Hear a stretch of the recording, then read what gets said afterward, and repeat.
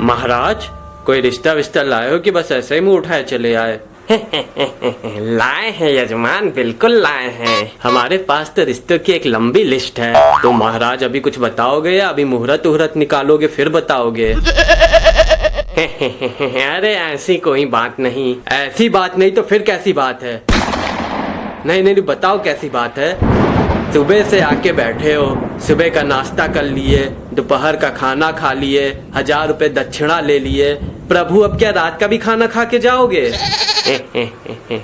अरे आप इतना कह रहे हैं तो रात का खाना भी खा लूंगा। कुछ नहीं मिलेगा, समझे? अब कुछ भी नहीं मिलेगा। फटाफट रिश्ता बताओ और यहाँ से चलते बनो। अरे यजमान, आप तो खामोखा नाराज हो रहे हैं। मेहमान तो भगवान समान होता है, उसका तो सेवा सत्कार करना चाहिए। महाराज, मेहमान आए, मिले जुले, खाए पिए और चलता बने तो मेहमान भगवान समान है, और मेहमान जबरदस्ती गले पड़ा रहे तो मेहमान शैतान समान है, समझे? अरे यजमान, आप तो पैजामे के बाहर हो रहे हैं। अरे भाभी जी, आप इनको कुछ समझाती क्यों नहीं? अजी सुनो। क्या सुनूं? है क्या सुनूं? मेरा मतलब है, क्या कह रही हो? आज आप बर्तन साफ करने को रहने दीजिएगा। आज महाराज रात तक रुकेंगे तो बर्तन भी साफ कर देंगे। मम्मी, बाथरूम में ढेर सारे कपड़े पड़े हैं, वो भी साफ करवा लेना। अरे भाभी जी, अभी अभी मुझको याद आया कि कटहल के लिए रिश्ता देखने शाम को मुझे दूसरे खेत जाना है। महाराज, सही समय पे याद आ गया, नहीं तो आज तो आपका अच्छा स्वागत होता। अरे अच्छा मजाक कर लेते हैं आप। प्रभु, अब है ही करते रहोगे या रिश्ता भी बताओगे? यजमान, पड़ोस की रसोई में एक सुंदर सुशील सर्वगुण संपन्न आलू कन्या रहती है। आपके गोल मटोल लड़के के साथ इसकी जोड़ी खूब जमेगी। महाराज, अपनी ही बिरादरी में रिश्ता करना होता तो आपको क्यों बुलाता? अरे 10 जानने वाले अपनी बेटी का रिश्ता लिए तो खुद ही आगे पीछे घूमते रहते हैं। कोई इंटरकास्ट रिश्ता बताओ। बड़े विचित्र आदमी हैं आप भी। लोग अपने बच्चों की शादी बिरादरी में करना पसंद करते हैं और आप इंटरकास्ट मैरिज की बात कर रहे हैं। नहीं करनी बिरादरी में शादी, कान खोल के सुन लो, नहीं करनी बिरादरी में शादी। अरे बिरादरी में शादी करने में क्या दिक्कत है यजमान? दहेज दहेज नहीं देना चाहता कोई। बिरादरी करके सब मुफ्त में शादी करना चाहते हैं। 6 महीने तक निड़ाई गुड़ाई की है अपने लाल की, सबसे महंगी वाली खाद डाली है खेतन में, तब जाके ये हट्टा कट्टा नौजवान बना है। और जितना खर्च किया है अपने लाल पे, उसका दुगना दहेज में चाहिए। मतलब किसी राजा महाराजा के खानदान की बहू चाहिए आपको, जो मोटा दहेज दे सके। यही समझो। तो बैगन की बिटिया के बारे में क्या ख्याल है? बैगन तो एकदम शाही खानदान से है, उसके सिर पे तो ताज भी रहता है। देखो महाराज, बता रहे हैं, फालतू की बात तो करो नहीं हमसे। अरे तो इसमें फालतू की बात क्या है? इतना बढ़िया शाही खानदान में रिश्ता करवा रहे हैं और आप कह रहे हो फालतू की बात कर रहे हैं। फालतू की बात नहीं कर रहे तो क्या कर रहे हैं? बैगन क्या रिश्ता कर दें ताकि बच्चे भरता जैसे पैदा हो? शाही खानदान में रिश्ता करने के चक्कर में हम अपनी आने वाली नस्लें खराब कर दें। अरे बैगन छोड़िए यजमान, पत्ता गोभी से अपने बेटे की शादी करवा दीजिए। आलू और पत्ता गोभी की जोड़ी खूब जमेगी। मुझको पत्ता गोभी से शादी नहीं करनी।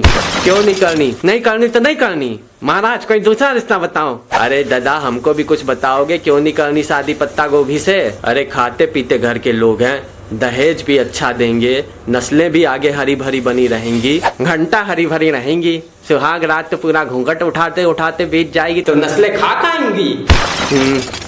ये बात भी सही। महाराज, तुम तो हमारी आने वाली पीढ़ियों को ही बर्बाद करने का तरीका खोज लिए हो। हमें कोई कायदे का रिश्ता बताओ। अरे कायदे का ही तो रिश्ता बता रहे हैं यजमान। अच्छा एक काम कीजिए, अपने बेटे की शादी प्याज की बिटिया से ही करा दीजिए। प्याज से अपने बेटे की शादी नहीं करनी है। कान खोल के सुन लो, प्याज से अपने बेटे की शादी नहीं करनी है। अरे अब भाभी जी को क्या हुआ? प्याज क्या क्यों नहीं करनी है शादी? जब देखो भाभी बढ़ जाते हैं। ऐसी भाव खाने वाली नखरेबाज बहू नहीं चाहिए। एक तो प्याज जिस घर में चली जाए, वहाँ तो अच्छे भले इंसान को भी रुला देती है, और से बदबू इतनी करती है। अरे बदबू तो आएगी ही, बेचारे नहाने जाते हैं तो कपड़े उतारते उतारते ही शाम हो जाती है, फिर बिना नहा ही वापस आ जाते हैं। अब हैं ही करते रहोगे महाराज या कोई कायदे का रिश्ता भी बताओगे? अरे भाभी जी आप तो समझदार हैं, अपने बेटे की शादी ब्रोकली से क्यों नहीं करवा देती? विदेशी बहू नहीं चाहिए। क्या? विदेशी बहू नहीं चाहिए, आकर खोपड़ी में बैठी रहेगी, घर का सारा काम मुझे ही करना पड़ेगा। पता चला महारानी जो है बैठ के नाश्ता ठूस रही हैं और हम पूरे घर में झाड़ू पोछा मार रहे हैं। अम्मा यार ये तो हद हो गई है, कोई रिश्ता बाप को नहीं पसंद है, कोई बेटे को नहीं पसंद है, तो कोई अम्मा को नहीं पसंद है। मेरे दिमाग का तो एकदम दही हो गया है। बेटा आप ही बताओ कैसी बीवी चाहिए आपको? भिंडी जैसी। क्या? भिंडी जैसी बीवी चाहिए।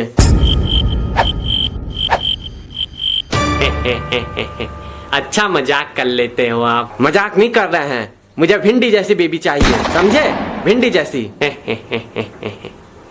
ये तो कुछ ज्यादा हो रहा है यजमान, ये तो शादी हो ही नहीं सकती। कभी सुना है कि भिंडी की आलू से शादी हुई हो? आज तक नहीं हुई तो आज होगी। देखिए यजमान, भिंडी एक सभ्य सुशील और घरेलू टाइप की सब्जी है। उसकी शादी केवल अपनी बिरादरी में होती है, इंटरकास्ट मैरिज तो होती ही नहीं, और आलू के साथ तो हो ही नहीं सकती। क्यों नहीं हो सकती आलू से शादी? क्या बुराई है आलू में? देखिए यजमान, बुरा मत मानिएगा, लेकिन आलू एक सस्ती, गंदी और नंबर 1 की कैरेक्टरलेस सब्जी है। भिंडी बेचारी भोली भाली सीधी साधी, किसी की तरफ आंख उठा के देखती भी नहीं, और आलू के तो क्या कहें, कभी बैगन के साथ चिपक गया, कभी कद्दू के साथ चिपक गया, कभी परवल के साथ चिपक गया, मतलब जिधर देखा उधर मुंह मार दिया। मतलब बेशर्मी की हद तो इतनी है कि गोभी, मटर, टमाटर तीनों के साथ आलू का चक्कर एक साथ चलता रहता है।